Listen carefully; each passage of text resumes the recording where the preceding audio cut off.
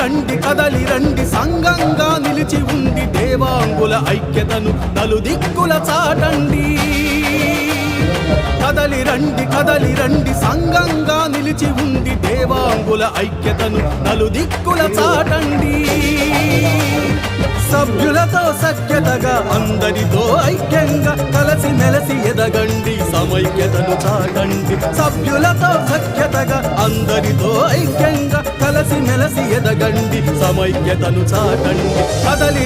కదలి రండి సంఘంగా నిలిచి ఉండి దేవాంగుల ఐక్యతను నలుదిక్కుల చాటండి.